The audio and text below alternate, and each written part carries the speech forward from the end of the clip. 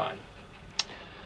Well, he was a difficult man to find in Australia when they were out there recording, and he was pretty difficult to find here. But welcome to the program, Bon Scott, ACDC. Oh, thank you, Ian. Now, in fact, the last time I saw you was when we did the 100th show over here, when you went out to Halliford Studios. That was a good day, wasn't it?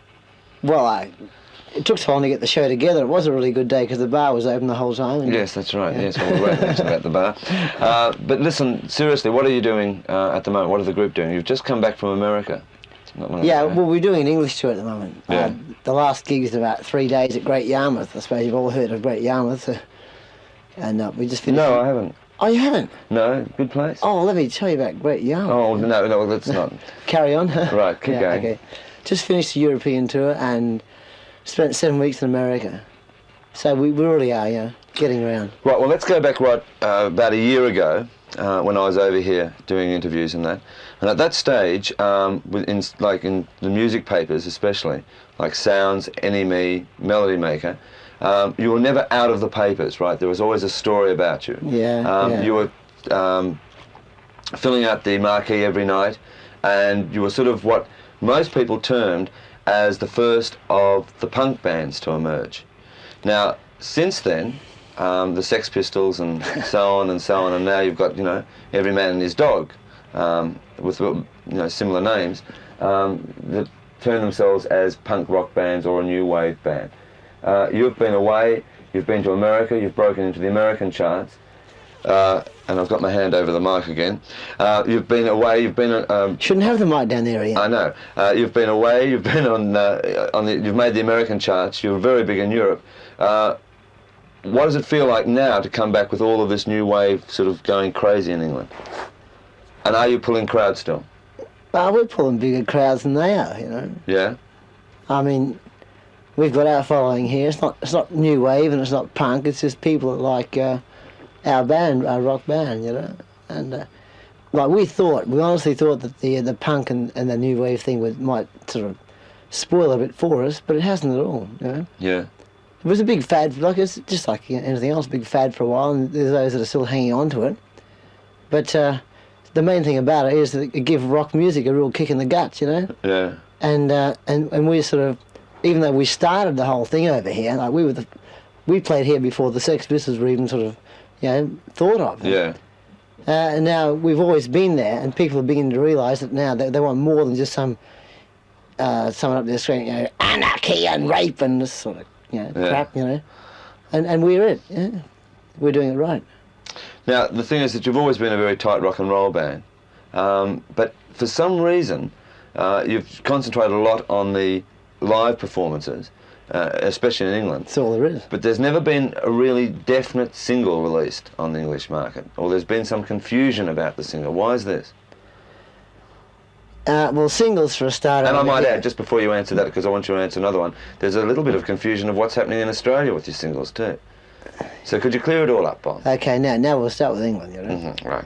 Now, singles bands over here, or bands that release singles that take off, without already having established a road following, are going to suffer the same effects as has Sherbet, Yeah, they had a big record over here, and their English tour consisted of one gig, because no slant on them, but they're a record band, and they had no road following, so no one comes to see their shows, So we have the following. If we release a single here now, it would do really well.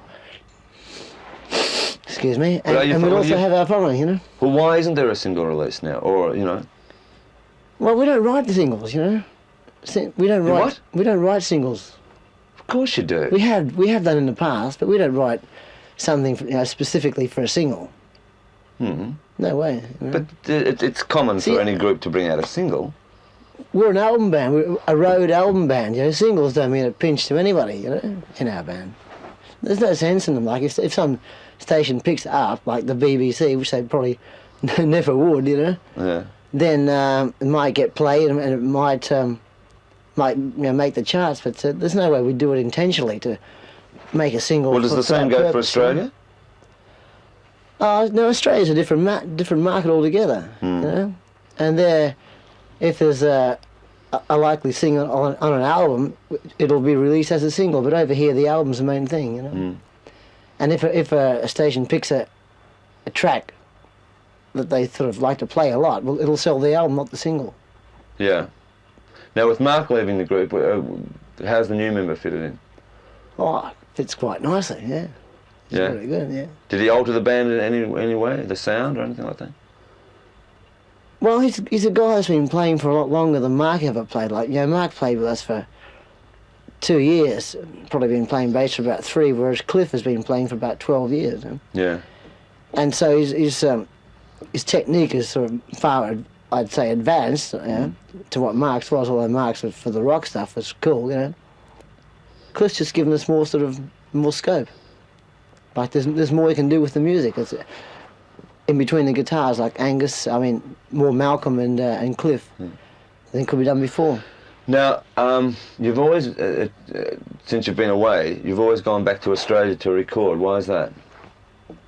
And I believe you're going back again to record. Well, you know, it sort of coincides with a few things, like holidays, you see your mum and dad, you know, and all your mates, and George and Harry are there, and the studios are there, and they know the studios like the back of their hand, you know. And it's just been a perfect setup, and we can spend unlimited time in the studio. It's all there. There's no need to go anywhere else, because, like, if we went to say Miami, for instance, you know, we'd have to hotel it, and we have to buy a studio time. Like, you might get 8 or 10 or 12 hours a day or whatever, you know, which is quite expensive, you know. There's just no point in it as yet, you know. Right, now you're really big on the European side, especially on the live touring side.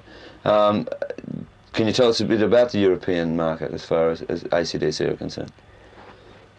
The European market, they're really quite strange over there. There are a lot of freaks over there. You know, they're sort of not punk, and they're not terribly young. I was about to say, you might feel at home if there are a lot of freaks right, going yeah. on. Sorry. Oh, you find a few, yeah, on the street after the show in the gutter. Right. But they're sort of, it's really hard to say. But they're more. Are they an like emotional the audience freak, or what? yeah, emotional. Ready to rock, you know? Probably more so than the rest of the world. You know? They're crazy because, like, European bands don't play rock music, and if they do play it, they don't play it well. You know, so the only rock they get is from England, America, and now Australia. Right, now let's look at 4 countries, right? You've got the USA, which you're about to leave for and do an extensive touring side. You've got the European market, you've got the British market, and you've got the Australian market. Does the band change at all, or you just play the same thing for every market and use the same approach? Exactly the same, yeah. There's no need to change. I mean, we're what we are, and we ain't going to change for nobody, you know. Yeah. So it's just... But it doesn't, like, you could put them all in one room and you couldn't tell one from the next. Like, they're just the same the world over, you know. Well, what do you think will be the next single in Australia? Let There Be Rock? Isn't it there yet?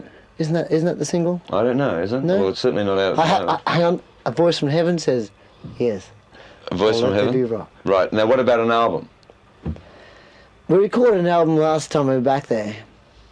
As yet, it's not finished. We've got a few things, we've thought about it and changed a few things. There's a live album probably coming out soon. It's taken from concerts in Glasgow, My Music Bowl. There was one recorded in Fort Lauderdale in Florida. But there's about 4 in all, you know. And that might be sort of put into a live album, the best of the 4 concerts. Right, now tell us about your American plans. Yeah, we're going back there in a couple of weeks to tour with Kiss, supporting Kiss, and a band called Rush. You mightn't have heard of out there. No. You know? And we're doing about 12 dates with those bands, and a few of our own, and some co-headlining with a band called UFO. Right, I've heard of them. You know UFO? Yeah, right. Yeah. Now, just on the Kiss tour, right? Have you seen Kiss perform yet, live? Yeah, I saw them in London last year. Yeah. Yeah. Well, Quite spectacular. Yeah, well, I mean, there's going to be an amazing contrast between yourselves and obviously Kiss. Both very visual. Well, for a yeah. start. See the guy that what's his name? Tell me the bass player's name from Kiss. I don't know. No? Coral, tell me the bass player's name from Kiss. He's a popular guy, isn't he? Coral? He come along to our show or one of our shows in the Whiskey in Hollywood to see us play, you know, and he come up to us and said, look, I dig your band, and we're touring in December, and we'd like you to tour with us, you know. And they played to 80,000 people. Yeah, right. I mean, they're huge. So the show should be quite amazing. Now, on the songwriting side, have you written many songs of late? I mean, the band and yourself, or? Well, we haven't written. Like, while we're touring, you're sort of compiling all your ideas and things you rip off from here and there around the countryside, like, you know.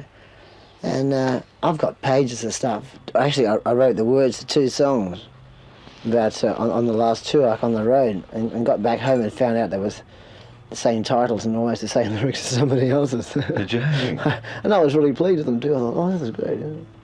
Yeah. And how's Angus going? How did Angus go over this time last year? The papers were going crazy and, you know, talking about this great little guitarist that's so full of energy. How did he go in America? Oh, they couldn't believe him in America. Yeah. No. I like the Americans are mad. Anything new, they really go crazy for it, you know. And although like only the rich people over there can afford to send their kids to schools where they have uniforms, just like the novelty of it was just overwhelmed them, and the energy the band puts out, they couldn't believe it, you know. Why was the approach last time you were back, for that time that you were recording, to sort of almost stay low profile as far as television and all of that was concerned, and the press? Yeah, well, you know, dig this. We've been working non-stop since the band started. You know, 8 months before I joined the band. You know. Yeah. And you just got to have a break. You know. And so the main thing about being back there last time was to actually write the songs, record them, break in the new bass player to the way of the band. That's why we only played 1 or 2 gigs back there, both at the Bondi Lifesaver. You know. Just got to have a break occasionally. You know? Well, listen, thanks for coming on Countdown again. It's all right. And no worries, Ian. They still call you Ian, do they? Yeah, well, Molly. And we wish you the best of luck in America. Thank you. And it's good to see that the album is really starting to break in, really starting to break into the top 200. What is it? You know, it's around about the 150 mark. 150 with an arrow. Yeah, no, that's good. Not quite as fast, not quite as fast as the bullet. As the bullet. All right. Well, best of luck, and we'll look forward to seeing you come home and doing some tour dates. Looking forward to getting back there. Take care, Bob. See ya. Thanks, mate.